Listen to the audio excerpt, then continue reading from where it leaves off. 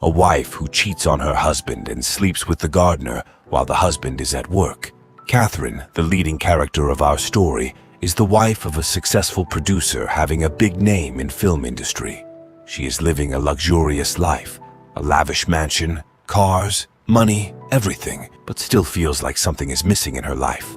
Her husband remained busy in work, and she keeps thinking of a passionate encounter that she had with a stranger at a bar some years ago.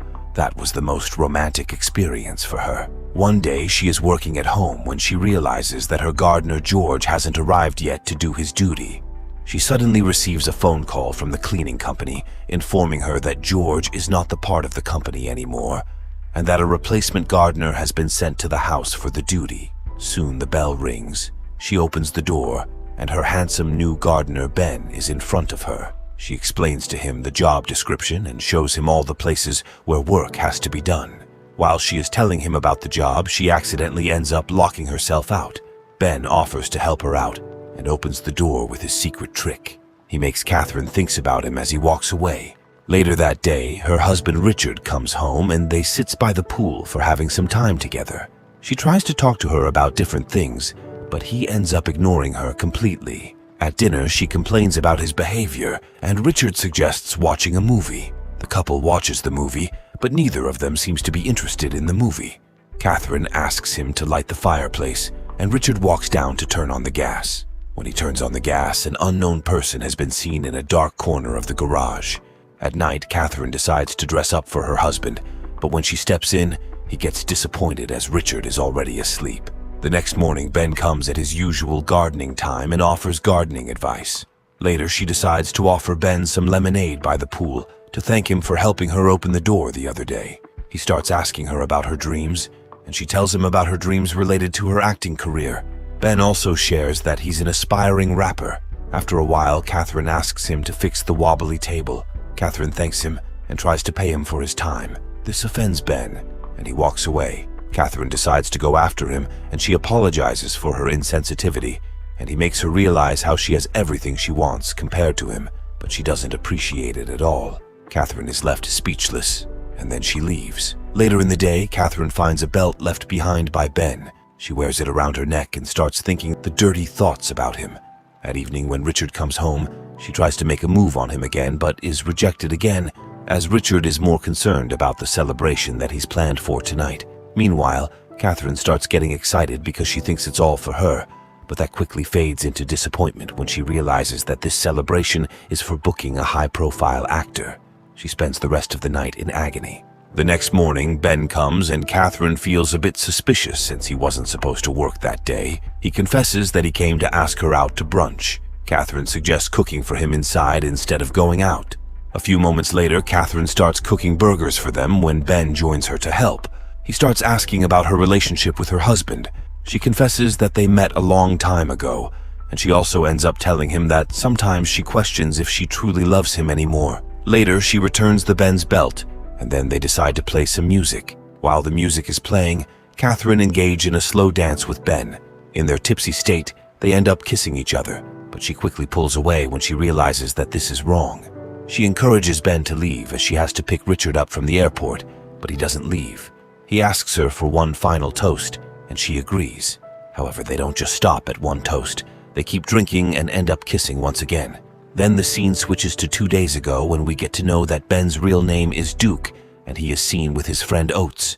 They saw Catherine refueling and decided to follow her. They threatened another man and asked for help to chase her car until she reached home.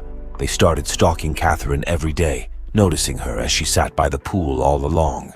The two men decided to sneak into the empty house. Then Duke saw George, Catherine's real gardener. He got the idea of getting him detained and posing as a new gardener to get into her house.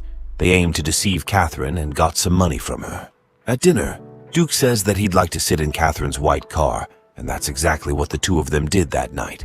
Remember the man hiding in the corner when Richard came downstairs to turn on the gas? But Richard never saw either of them. Over the next few days, Oates has seen how Duke is bonding with Catherine, and that wasn't a part of their initial plan. Oates started arguing with Duke regarding getting out of the plan. They argue, and then Duke successfully asserts his dominance by saying that they will proceed according to his plan. The next morning, It is time to put the main part of their plan into action. This is when Oates comes to Catherine's house and introduces himself. The three of them have burgers and alcohol together. They starts kissing again, and Oates gets furious at his friend's betrayal and storms off. After that, Duke carries drunk Catherine to the bedroom, taking advantage of her. He tells her about how much he loves her. She refuses to be with him. Duke thinks that he's just resisting because she's laying down in her husband's bed, so he carries her to the neighboring house. Meanwhile, Richard gets off his plane and calls Catherine, and when she doesn't respond, he starts worrying. At the neighboring house, Catherine keeps rejecting Duke, and he realizes that she genuinely doesn't want to be with him. He threatens to kill her if she resists. Somehow, Catherine escapes the situation. On the other side, Richard gets into a taxi and keeps calling his wife, who still hasn't answered. He's seriously worried about her now. In the house, Catherine is still drunk, so she falls to the ground quickly when Duke strikes her. Oates tries to intervene, but the two men end up falling in the pool. Oates accidentally drops his knife, and Duke grabs it to stab him in the back. Duke hits a nerve that leaves him completely paralyzed, so he's left floating in the pool while he bleeds. Catherine tries to find a phone to call the police, but he breaks out all the phone lines.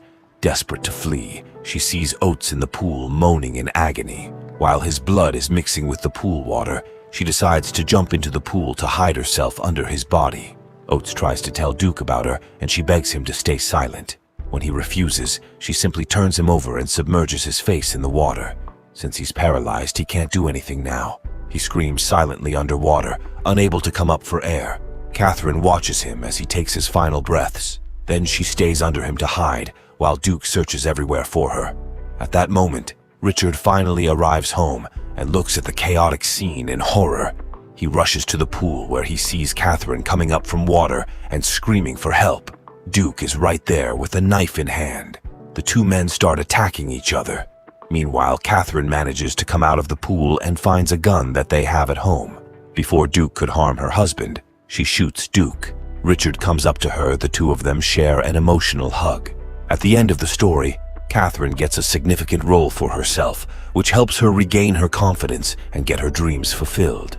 The lesson of the story is to find happiness and be grateful for what you have, even if you feel bored or unsatisfied. Remember that someone else might be facing tougher challenges than you. That's all for today. If you were Catherine, how would you outsmart those thieves? Share your ideas in the comments below. If you like this video, we're sure you'll like this one even more.